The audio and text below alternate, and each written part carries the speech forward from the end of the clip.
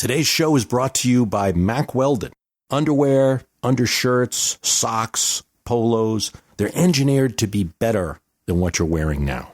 For 20% off your order, visit MackWeldon.com. That's MackWeldon.com and use promo code HISTORY. Presidential hands grab sterling silver. They husk a cylindrical object out of its maroon leather case. Up it goes, twinkling in the light.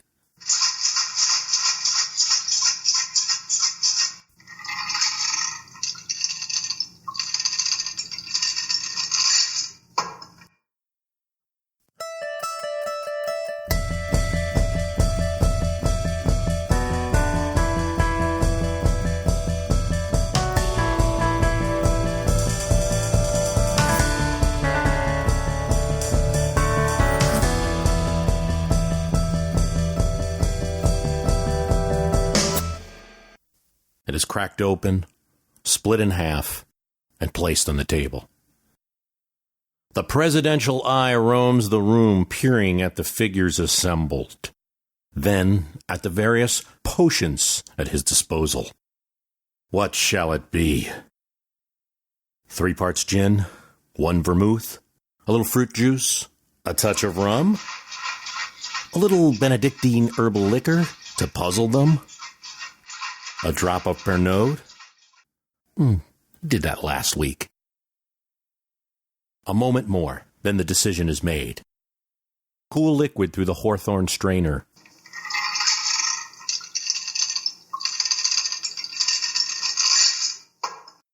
And evenly into the glass. And passed on to the lucky recipient of Franklin Roosevelt's presidential martini. Legendary, mysterious, maybe not the strongest, but different every time. But this meeting upstairs at the White House, July 11th, 1944, was about more than just getting zoozled. It was serious talk. The events of this meeting would change history. Present were Rob Hannigan, chair of the Democratic National Committee, also Ed Pauley, the treasurer of the Democratic Party, and Ed Flynn, Brock's Democratic leader, and several other bigwigs.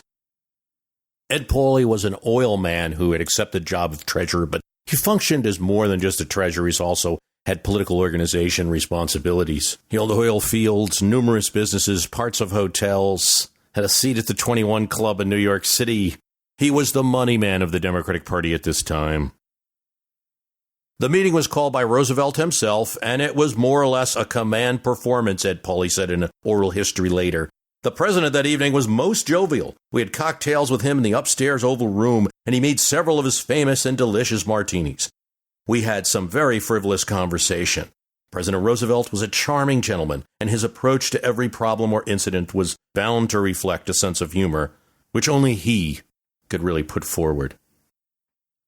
The discussion finally came around to the vice presidency of the United States. FDR, sensing the consensus in the room, said, "Won't you take Wallace?" Henry Wallace was the current vice president, and FDR's former Secretary of Agriculture, a big proponent of the New Deal, and somebody that you might say was more on the liberal side of politics. In 1940, FDR had insisted that Henry Wallace be on the ticket. In fact, to the point that if Henry Wallace wasn't on the ticket, FDR wasn't going to run for a third term, or so he said. And initially, in the vice presidency, Henry Wallace had been called the assistant president, was the darling, but something had definitely changed 4 years later. Still, FDR was asking, "Won't you take Wallace?" Ed Pauley says, "I cited some reasons why we wouldn't. It wouldn't be good because of all the people in the Democratic Party that have been selected to raise money. Wallace drew the least crowd. The people in leadership didn't want him. They felt there were better people. With the country now at war, starting to wrap up the Eastern Front, Wallace had criticized Churchill, ridiculing British imperialism. And all this talk about the common man in a big speech, this century should be the century of the common man. All well and good in the basic sense, but he equated what big companies were doing to the willpower of the Germans. Bosses, bigwigs, high rollers weren't happy. Names came up. What about Jimmy Burns? Now, Jimmy Burns is a figure that's kind of been lost to history, but at this time in 1944, he was basically running the war effort. A lot of people were calling him what they used to call Wallace the assistant president. FDR merely said, okay, but clear it with Sidney. Sidney Hillman was a significant labor leader, and Hillman didn't like Burns. Burns was from South Carolina. He was anti-labor. He would turn out to be a segregationist governor of South Carolina later. And so FDR didn't say no, but made this comment, which torpedoed the whole idea. What about Alban Barkley? At the mention of the name, FDR seemed disinterested. Barkley had crossed him on packing the Supreme Court. What about Sam Rayburn? No, the party doesn't like him in Texas.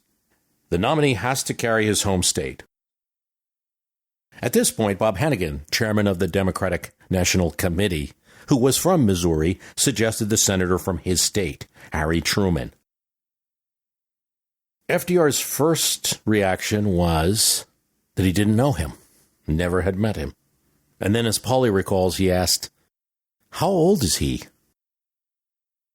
And then something happens as they try to verify Truman's age. He's 59 at this point. But FDR, as far as he knows, Truman could be as old as 95. And it's obviously a concern. One of the other people at the party gets the congressional directory in order to answer the question. And as he comes back into the room with it, Ed Pauly tells him, give that to me. And he holds the book with his finger on the page for Harry Truman. And waits. As it was bound to do, the conversation shifted to other things. Does labor like him? Is he going to pull his home state of Missouri? Yes, those things will be fine. While Ed Pauly's holding his finger in the congressional directory, FDR goes around the room and says, you boys seem to want Truman. Is that right, Bob? Yes. Is that right, Ed? Yes. My little finger slipped out of the book, Ed Pauly says, and I just put it on the shelf. If we had opened up the congressional directory, it would have opened up objections, not just because of the age. This guy was a county judge, not the things the city-fied Roosevelt liked. Roosevelt wouldn't have taken Truman if we had opened up that congressional directory. And so in this room, perhaps, the second highest office in the land is decided. Or so it seemed. This is a story of political manipulation, plain and simple. The backroom clang of martini glasses, secret words and notes, frank looks in the eye, and lies told. It's not what we want. It's no kind of democracy. The most vote wins, you know. Yet, in this story, a very old but yet new story, it might be right to ask, who's doing the manipulating? Certainly, the DNC is trying to pluck the VP nomination away from the thousands of party workers and convention delegates. There's going to be a counter-manipulation in our story, none on the up and up, that we'll discuss.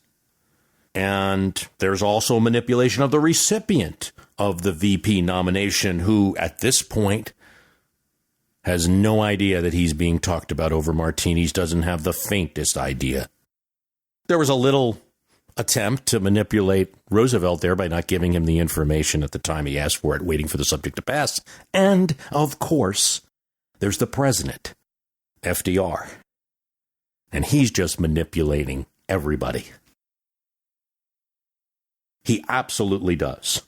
He meets with Henry Wallace, his current VP, and definitely his choice in 1940, and the darling now of progressives, who Roosevelt does not want to disappoint, and tells him that he'd love to have him as VP again.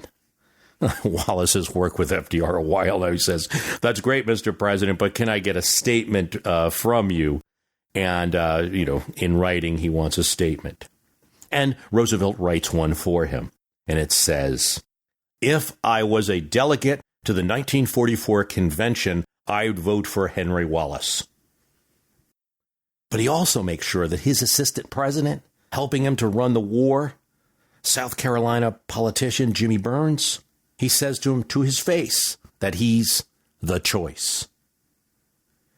He sees that rumors are spread that Alben Barkley, the majority leader in the Senate, is also being considered for this nomination, possibly has it. FDR wants no one disappointed. Everyone has to work for the war effort in 1944 and for the party. And then there is this martini meeting with the bigwigs. And isn't that where the knife should have been put in Wallace's back? And even the manipulators themselves can't get purchase exactly. When his guests say that they should go with Truman on the 1944 vice presidential ticket, Roosevelt goes back to each one and he says, "Boys, I guess it's Truman." And sources disagree exactly what he said. He was not exactly committal. Ed Pauley said later, he was ducking the whole thing. But initially for Ed Pauley, it was okay because they had his commitment and they were going to get something in writing from FDR that he'd be supporting Truman.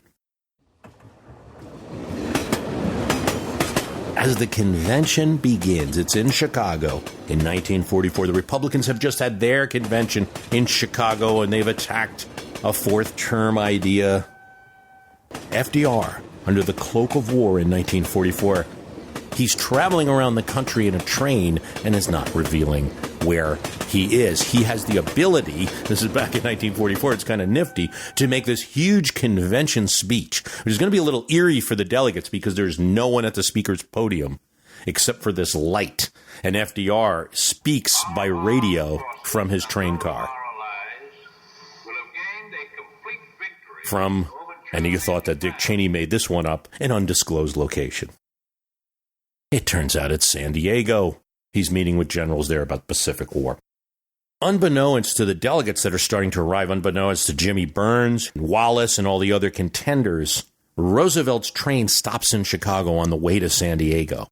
And he meets with Hannigan and Ed Pauley. And they use this opportunity to get the note that they want. "Mr. President, we need your commitment in writing so we can show this to people so they know they should be supporting Truman." You know, FDR has not spoken publicly about the VP choice. He said he's going to leave it up to the convention. So he says, "Okay, I'll write you one. Bob, you have written me about Harry Truman. I should, of course, be glad to run with him." Now that's the note that Hannigan and Pauley wanted. But actually, this is what the note says. "Bob, you have written to me about Harry Truman and Supreme Court Justice William O. Douglas. I should, of course, be glad to run with either of them." What? Where did Douglas come up? Even the DNC was not in complete control here. As they read the note, Pauley's telling Hannigan, "Stop that train, catch the train." The train is pulled away. The DNC, Hannigan and company are not able to immediately release the note to the press. Douglas is the Supreme Court justice, has no idea he's even being considered by the president. Nobody's been talking about that, and he's hiking in the woods. But he does have supporters at the convention. One of the things Pauley says is if they put out this note, they're going to have an effort from Douglas people, of which there were several hundred at the convention, while they're trying to get Truman picked. The president doesn't know that they're not going to use the note, and perhaps it's true that FDR wanted to start a little Douglas excitement. And of course, Wallace, he has a note too. But when one examines it closely, the note says, "If I were a delegate." And Franklin Roosevelt is not a delegate at the 1944 convention. Nobody has anything from FDR, really. For the office of President of these United States, one who is endowed with the intellectual boldness of Thomas Jefferson, the indomitable courage of Andrew Jackson. 30,000 hot dogs. There's a number I keep focusing on to understand A 1944 political convention. I mean, this is one of the last to have no TV cameras at all. There's a radio hookup, no TV cameras. 30,000 hot dogs for those hungry delegates that are going to spend a few days here. 96,000 beers. And also 120,000 soft drinks. The Chicago Stadium, usually home to sporting events, is ready. And you think about the masses of politicos in this building with cigars and the smoke trapped in the stale air of this arena. With FDR's laid plans, everybody's ready. Jimmy Burns, he gets a huge hotel suite in the hotel, in one of the best hotels. He believes he's going to be the VP candidate, so he's going to have to take meetings and needs it. He actually telephones his good friend, the senator from Missouri, Harry S. Truman, informs him that FDR has said that he's the choice, and would Harry Truman make his nominating speech? And Truman, of course, accepts. Alben Barkley comes thinking that he has an outside chance. He's going to give the nomination speech for FDR, and he has an outside chance to get the VP slot. So he's preparing a really good speech. Henry Wallace, well, he's got the letter from FDR. He's the only one who has a written statement from FDR of any kind of support, and he releases it to the press prior to the convention, making his renomination to VP seem easy. And the press is very confused by this because when they're talking to the big politicals, they're saying, oh, no, it's not going to be Wallace anymore. The Los Angeles Times says Wallace is out. The Washington Post says the nomination is his. And there's all this buzz at the convention. And inside the convention hall, you got flags draped down, each state with the placard, bringing it up and down, whoos and hollers, droning speeches. The temperature starts rising. Harry Truman has his family in tow. He's busy campaigning for his friend Jimmy Burns, trying to convince delegates, when he gets grabbed. Senator Truman, you have to come to a meeting. It's with Bob Hannigan. Hannigan, chair of the DNC, what does he want to meet with me for? Maybe it's about my speech for Burns. He leaves the convention floor and goes to a hotel. The room there is packed. Hannigan is flustered. His shirt is soaking wet. He's been on the phone. He's been working delegates all day. The discussion came around to the vice presidency of the United States. But Truman's shocked. My God, he says, I'm happy with what I'm doing. Hannigan asks him to sit down. Sit down on the bed next to me. Grabs the phone and calls the president of the United States. FDR's voice is so loud that Truman can hear it through the receiver. Have you got that fellow lined up yet? No, Hannigan says. He's the contrariest mule from Missouri that I have ever dealt with. And FDR responds, tell the senator if he wants to break up the party in the middle of a war, it's his responsibility. It would be revealed later that that entire conversation was rehearsed. And then he grabs the receiver, and now he's on the phone with the president directly. And others in the room can hear the conversation, and he says, Mr. President, I'm happy with what I'm doing. Yes, I know you're the commander-in-chief. Yes, sir, I always take orders from the commander-in-chief. And then those fatal words that have changed history. Okay, sir, I'll do it. So it was Truman now. He was an official candidate for the nomination. He turns to the people in the room, and this is kind of the way Truman was. It's like, I have just told the president that I am going to be a vice presidential candidate. Please make sure it happens. It's Truman. So late in the game, though, that while the others are upset, Burns is going to be extremely upset and feels betrayed by what happened. Nobody stopped working for FDR right up to the point of his nomination. And so there you have it, right? This is the story of how the party kind of came in and took the nomination away. Except it's not over yet.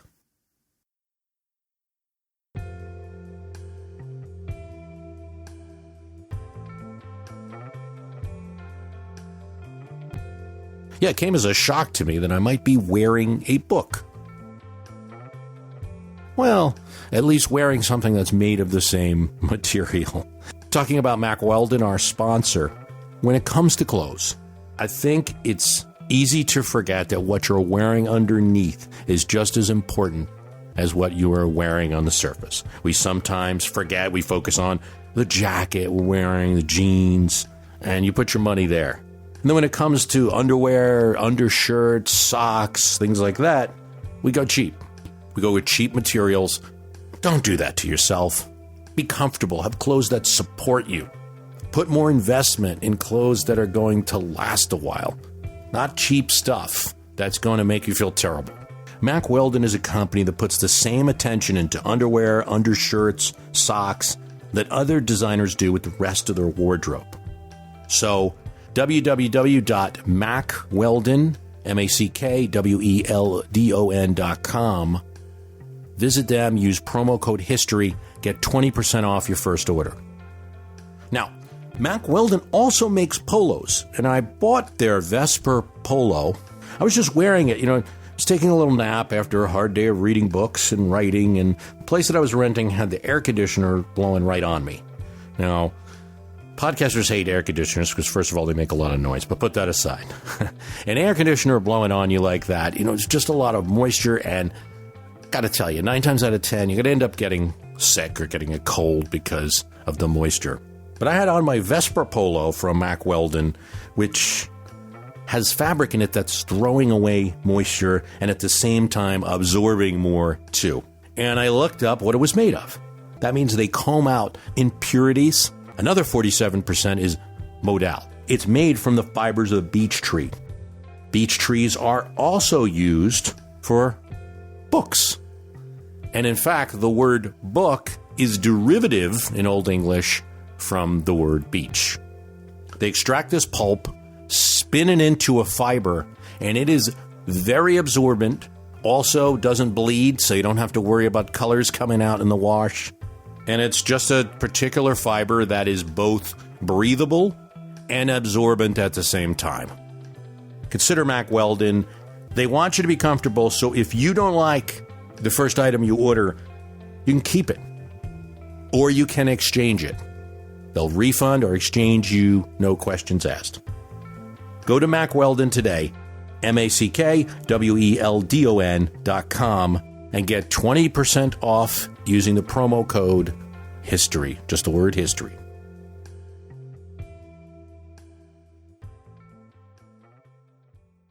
We talked about that crowded convention hall. Ed Pauley is on the floor of the convention while Bob Hannigan is busy working delegates from the hotel room. Pauley's noticing something. The hall starts getting really, really crowded as they prepare to nominate the vice president. This is after FDR makes his radio speech and is nominated and thanks the delegates. It seems wholly likely that within the next 4 years, our armed forces and those of our allies will have gained a complete victory over Germany and Japan. Henry Wallace's people had printed counterfeit tickets and printed up and gave them out. And people started entering the convention hall, and all the people at the door could see is that they had tickets. And it wasn't clear at first what was going on. So you had this kind of like very low-tech system of these bots invading the convention for Henry Wallace. So as names are put out from the floor, the cheers are all his. Every time Wallace's name is mentioned, enormous cheers erupt. And every time a state casts votes for Wallace, and Wallace is indeed leading, he is the front runner. Again, the press came out and said, he's the only one that's got a statement from FDR. The cheers come out. They are cheering for him. In a convention, you can create a lot of noise if you're organized and you have people in various state delegations and they're cheering for Wallace, Wallace. Success in a convention begets success. There are a lot of uncommitted delegates. There are also states who have favorite sons. And very often those favorite sons know that they're not going to win the nomination, but they're holding out. But if you build up enough momentum in the convention, you can get some of the favorite sons and uncommitted delegates who want to be with the winner, to side with you and start a stampede. And it's not so crazy that that could happen in 1940. That's what exactly had happened in the Republican National Convention and the reason that Wendell Willkie got the nomination. We want Wallace. We want Wallace. Throughout the hall. No one is even talking about Truman. As Pauly tells it, they had a second ballot strategy. They weren't going to beat Wallace on the first ballot. But now with the cheering and the momentum in the room, you get to the state of Iowa, Wallace's home state. And the silver-haired, tall vice president is standing along with his Iowans. And the organ starts playing. There are Wallace supporters planted all over. They know what's going on. The entire hall starts singing. Iowa, Iowa, that's where the tall corn grows. And it had an advantage of this real simple chorus. Iowa, Iowa, that's where the tall corn grows. And it didn't matter if you were a labor leader from Arkansas or from Iowa or from New Jersey. You could just sing this catchy tune, which, by the way, you were prepared in advance for. Iowa, Iowa, that's where the tall corn grows. It's an obvious moment that perhaps you could literally sing this person into the vice presidency and, as we know in history, later the presidency. Demonstrations in a convention can last for an awfully long time, and no one's going to hear that chairman's gavel bang in a good demonstration with a popular candidate. It's not going to calm down. The Truman convention effort is now sputtering, despite FDR's official okay, it would seem, despite the party apparatus, the support of the bigwigs. The convention delegates keep singing. Finally, Pauly says to his assistant, Neil Roach, listen, you see that twerp up there playing the organ? He's a Petrillo man. It's the head of the musicians union. And he's naturally for Henry Wallace. But he has no business taking our show over. And he points to an axe that's up above the organ now. That's a fire axe that's there. Go up there. Get that axe and chop every goddamn cable there is. Every one. That's the only thing that will stop him. We're going to call off the convention tonight. I don't want that music playing. And so while the delegates are still singing, they reach a point where the organ stops. And then eventually the delegates stop singing too. Pauly says, Roche did what I told him to do. He ran up there, got the axe, and he told the guy, listen, I've been instructed to chop all the cables unless you stop this music. So the guy stopped it. It was one of the dramatic things of the convention. That's the way Willkie won his Republican nomination, because he had the crowd and he had the physical facility. Having control of the physical facility of the convention is very important. And that night we didn't have it. Finally, Ed Pauly and the others get a hold of Ed Kelly, the mayor of Chicago. And he gets a hold of the fire commissioner, and the fire chief says, by authority of the mayor of city of Chicago, we herewith declare the hall to be vacated immediately. Now, of course, this is a bit hypocritical. Pauly, sensing that there were too many Wallace delegates in the hall, which there certainly were and might have been a violation of some fire rules, was getting more of his people in up until the point that they shut the convention down. So there's no doubt that the convention ended more because of politics and not fire safety. The story's not exactly over because they do take a break that night, and then the next day the VP contest starts up again. And Henry Wallace does indeed win the first ballot, even without all the phony delegates who have been kept out now. He wins at 429 to 314 for Truman. But he needs 580 in order to win the nomination. There are 15 other candidates running. The DNC's choice, though, had not owned the first ballot. And there was going to have to be a second vote. And even on the second vote, no one knows how it's going to go. Truman is out there with a hamburger and a Coca-Cola in his hand, talking to delegates, eating his hamburger, when it turns out that Maryland switches its vote from its favorite son governor to Truman, and this starts a cascade. And it gets so bad that eventually even Henry Wallace agrees that Iowa's votes in almost the entire convention, maybe 100 delegates for Wallace, holdout, should go to Truman. The chairman says, "Will the next vice president come up to the stage?" Truman can't hear. He's busy eating a hamburger. And finally says, "Golly, that's me."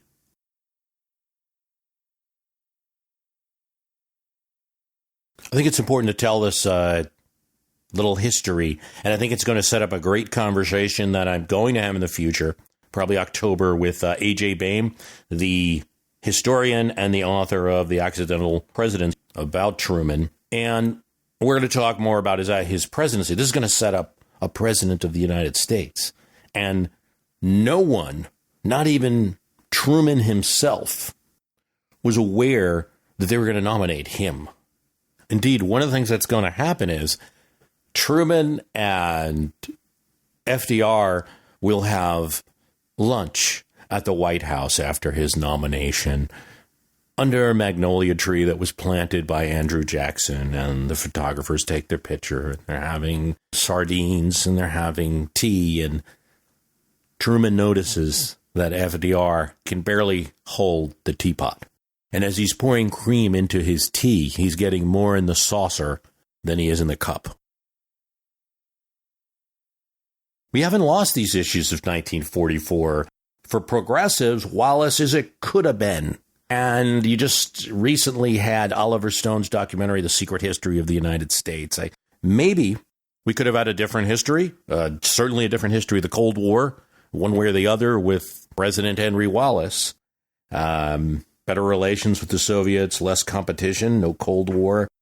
A president who was emphasizing the common man. For conservatives, it's a thank God moment, because Truman was hard-nosed with Stalin at the right time. It was Stalin we were dealing with, not a bunch of idealist Russians.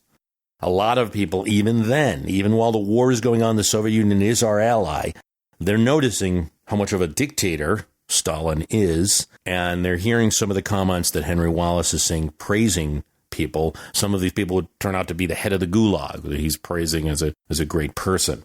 And it is known that later on he's going to have his own troubles with Truman. As one of his cabinet secretaries, Wallace is going to be fired from the administration. He's going to run against him in 48.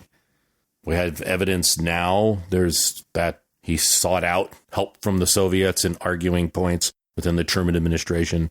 Not anything like spying or anything to that level, but these are ways you can help out as I'm trying to make the case within the Truman administration, not to fear you guys. Who knows? Or he could have been a great president. But you see these intra-party issues. Does a party have a right to make a choice? Or should it be opened up to all the party members? You certainly have this question raised with the Democratic primary in 2016. People going as far as to say the primary was rigged. President Trump trying to be unhelpful, of course, for his Democratic opponents, saying, oh, Bernie was screwed over, the primary was rigged. Many Sanders supporters saying that the primary was rigged. And what we do know from emails that were leaked is that members of the Democratic National Committee preferred Hillary Clinton to Bernie Sanders. Primaries were run, the caucuses were run by the states that they're in. They're run according to the rules set up beforehand. I mean, there's nothing rigged about that. But that the party mechanism itself favored Clinton, and the presence of superdelegates are seen as elitist. I mean, how can a group of people have more votes than the actual Democratic primary voters? We still have these debates. And on the other hand, the DNC establishment, if you will argue back. We have a right to defend ourselves. And in fact, we got an election coming up against Republicans, and we've got to beat them. We need the best candidate to do it. We also get worried that if there are, say, open primaries, we'll have Republican voters coming in to select the weakest candidate so the easiest to beat in November. And there's that balance between cigar smoke-filled rooms making a decision and the decision just thrown out to the primary electorate. Now, it might seem very different than today because we're talking about 1944. That's Franklin Roosevelt, one of the most popular politicians in America ever, right? I mean, they had no chance of losing the election.